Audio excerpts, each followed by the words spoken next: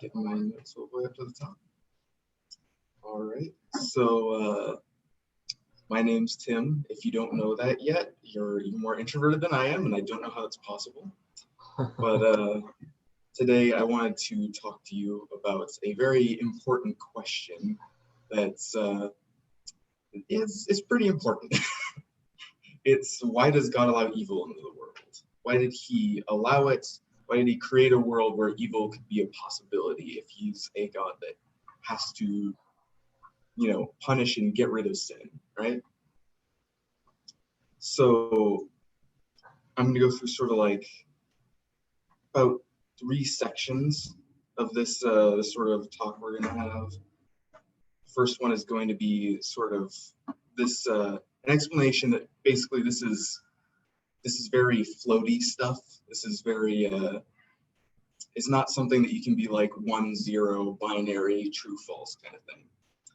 Then we're going to be talking about just basically the ideas to support what my big idea for this whole talk is, and then we're going to get to the big idea. So first, mystery and knowledge. So we could just say this is just a mystery, right? We could look at this and say, well, you know what? No idea.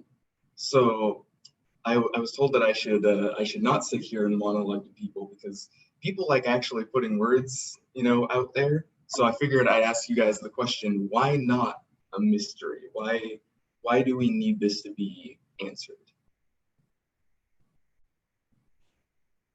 Anna's got her hand up. I think, like, for me personally, the biggest reason that I don't want God to be a mystery sometimes is so I can understand whether or not I want to follow him. And, like, there's definitely an element of being scared for what is to come. You might have to. Oh, that's okay. I can condense it down a little bit, if that's okay. Mm-hmm. But basically what Hannah said is, for her, it's very important to basically why you follow God, right? It's very important to know why you follow God. That's where we're hitting at. So that's anyone else? If I'm reading that right, what you said, Hannah, what you're saying is, if we don't have a good answer to this question, then maybe this isn't the kind of God we want to follow. Yeah. She said yes. Go ahead, Nancy. If there is an answer to this question, then it, like a solid answer, it would prove God is real and exists to those who don't believe. Yeah, to those who their argument is just, how can he do this? Yeah. So anyone else? To me, it's also. What's that? Yeah. I was just gonna ask if I had permission to bully one of the quiet people. Oh yeah, by all means. All right, Grace, let's go.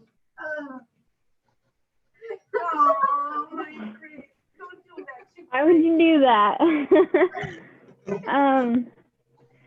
I think it's really important because, we do have faith in a lot of this, because we don't tangibly see God, we don't see what he's doing, but I think it's important because he has revealed things to us, and it's important for us to be able to understand these things. Just to be able to know, because it's not like he wants to keep us completely in the dark, or he wouldn't have given us anything. Yeah, that's good. So I'll chime in real quick before you move, unless there's someone in the room that was talking. No, go ahead. I think there's sort of an existential reason for many of us too. Like, in a sense, we recognize there's mystery about this question, but because we experience evil and suffering, as Nancy was talking about, like those two are kind of linked together, it demands an answer because it's part of our human experience. And so we can't just ignore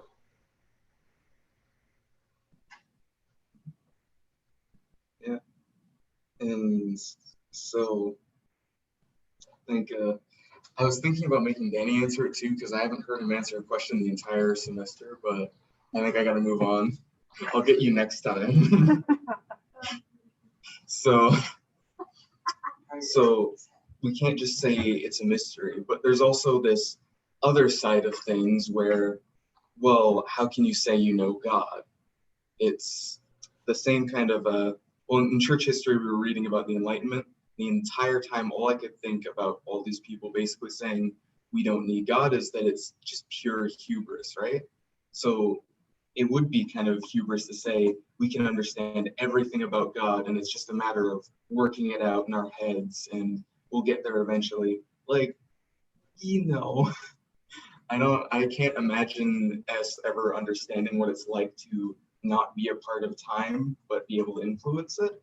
And that's where God obviously is at. So we can't understand everything.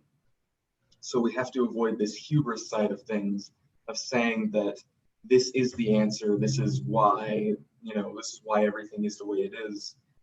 This is the absolute answer, right? So by the time we get to the end of this, I just want you to know, not just for me being able to, obviously get out of it if someone completely disproves my answer and I miss something like an idiot.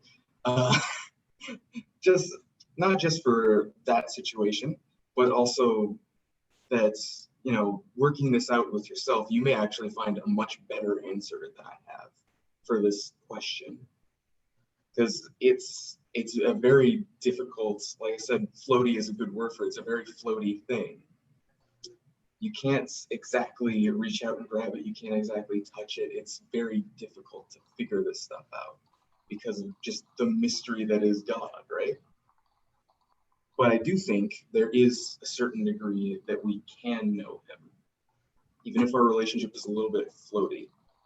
And I also wrote down a little example to get you thinking about some of the interesting things that God has done in this world that sort of prove that floatiness, right? That sort of weirdness where it's like, what in the world? I can't understand how this exists. And that has to do with psychology. If you are in, like, who's been in psychology class so far? You guys? Yeah, Grace, okay.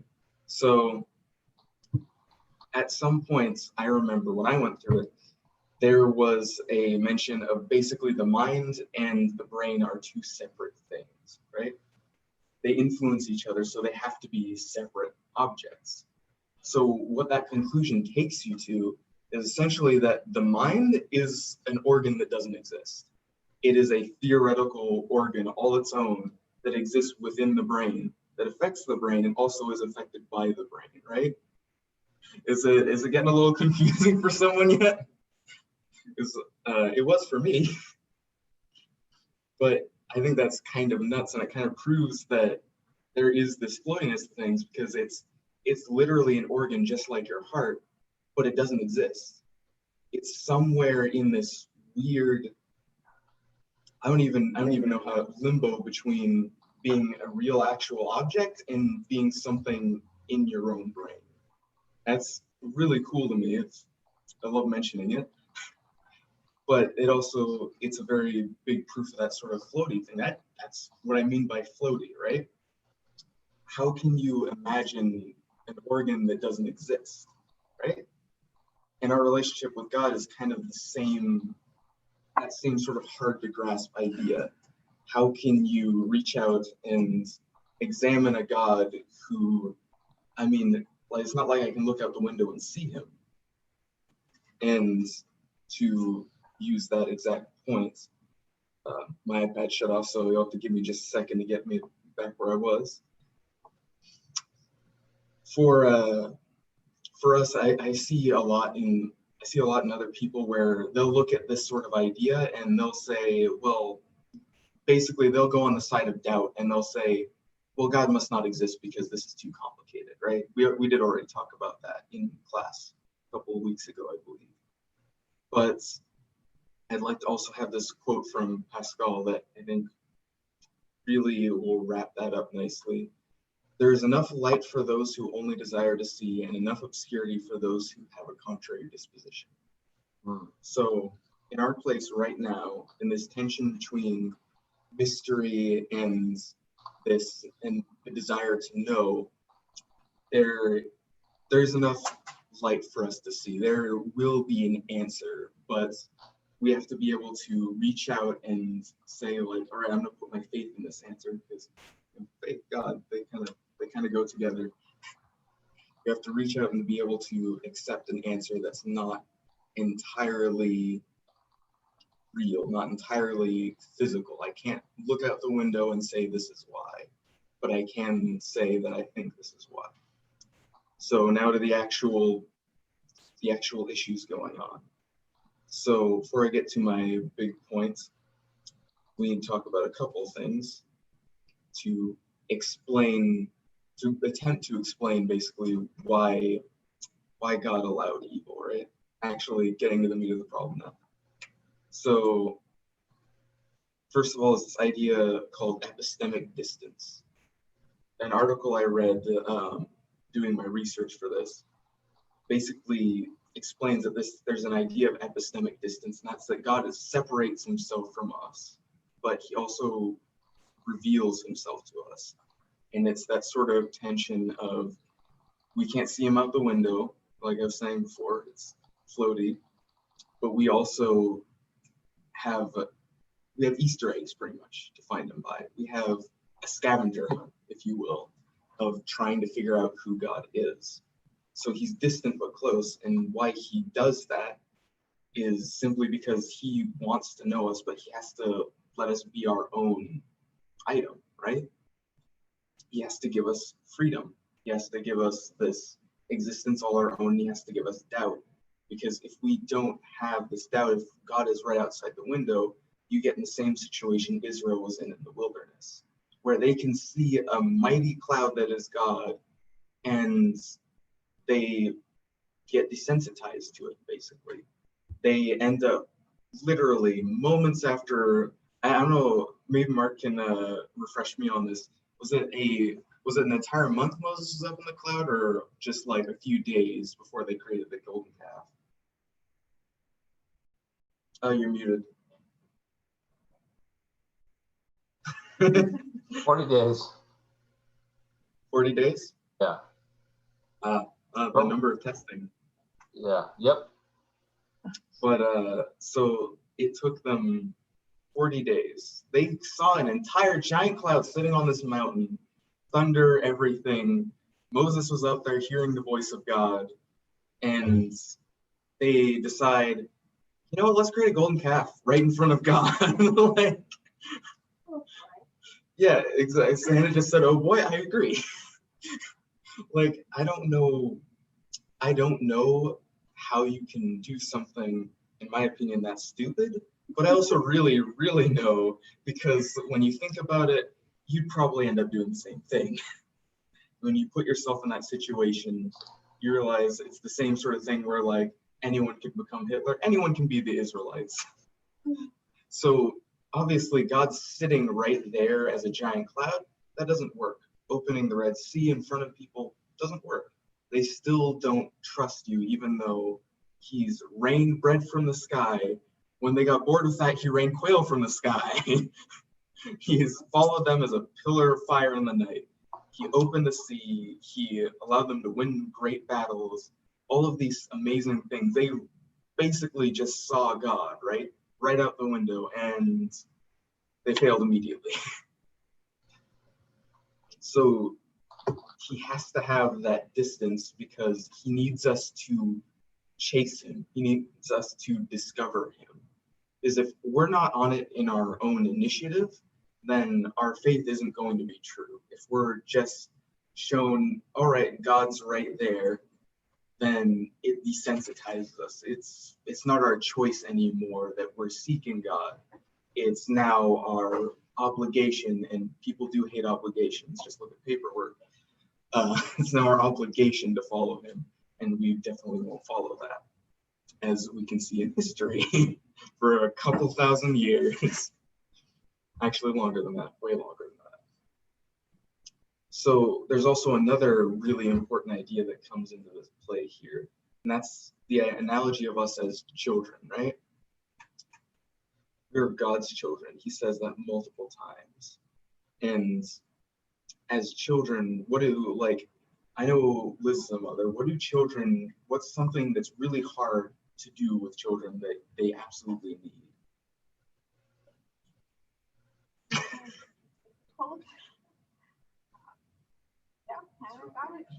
Yeah, eating their vegetables, right? But it's that is actually close to what I was thinking of, and it's discipline, right? That's really hard for you to do with your kids, right?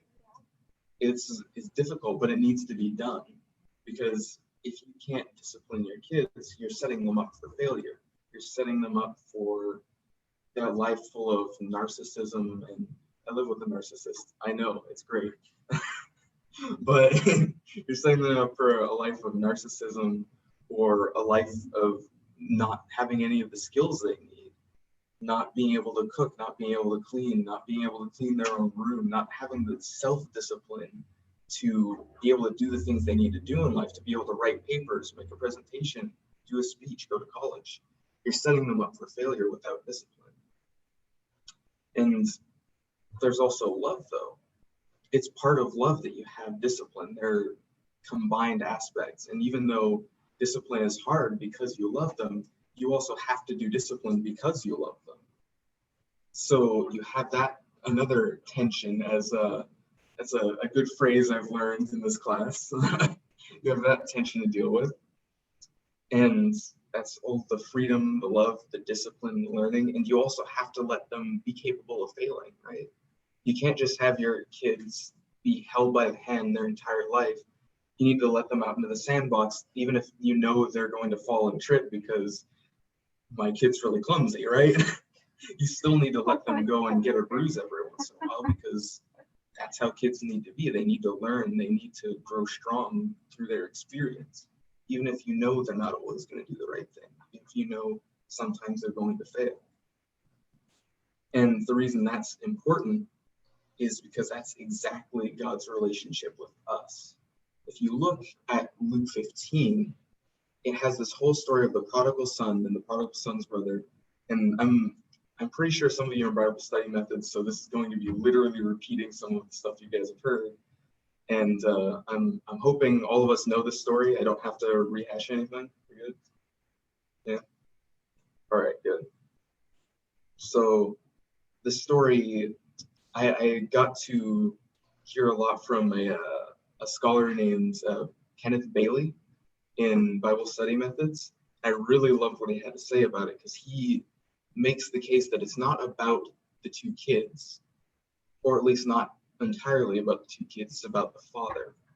When you look at what the father does, and this is Jesus saying this, so it's reliable, this is talking about God, you know, there's not some ridiculous, analogy going on here that's kind of half-baked, and some random theologian was just like, this part of it doesn't really apply, but I'm going to say it anyway.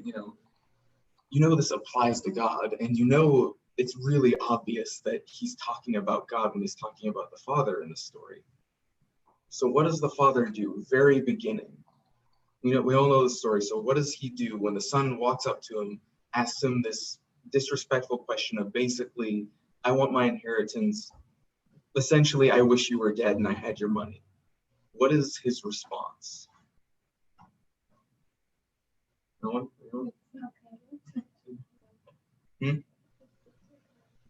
Yeah, he just gives it to him. So he just gives him the inheritance. That's completely against their culture, completely against everything. And why? Why does he give him his inheritance? Because he loves him. Because he's giving him his freedom. He's saying, even though I don't want you to do this, even though I don't think this is a good idea, I'm going to give you this freedom. I'm going to let you go out on your own.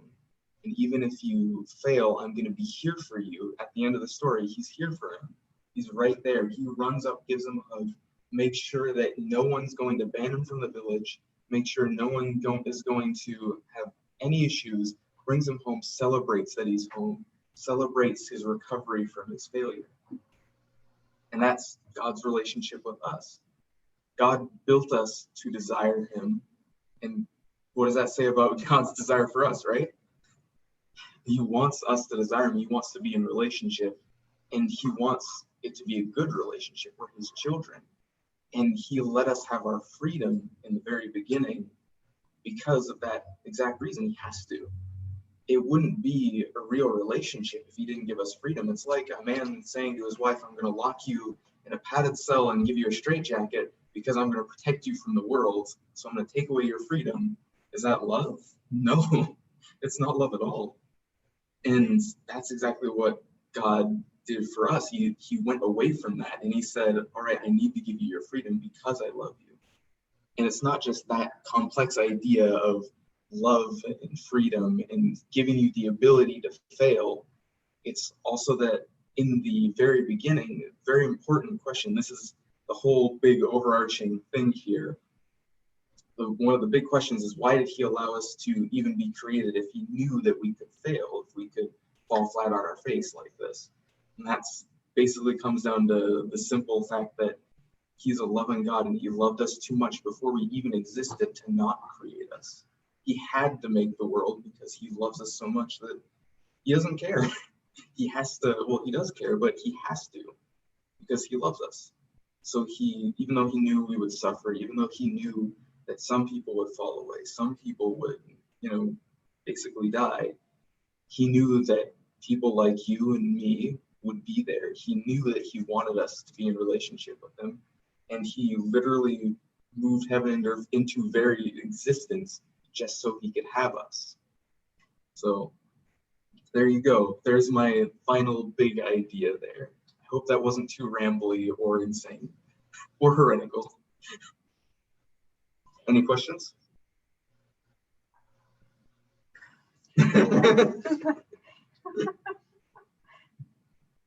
Any questions from the room? No one's saying anything in the room. It's all crickets. Yeah, I know that definitely makes me very comfortable. Feel very like I did a great job that no one wants asking questions. Yeah. Yeah, I was taught to name the shame, okay? If something is weird, I'm going to bring it up. Oh my goodness. All right, so am I done then? Sure. All right, thank you, everyone.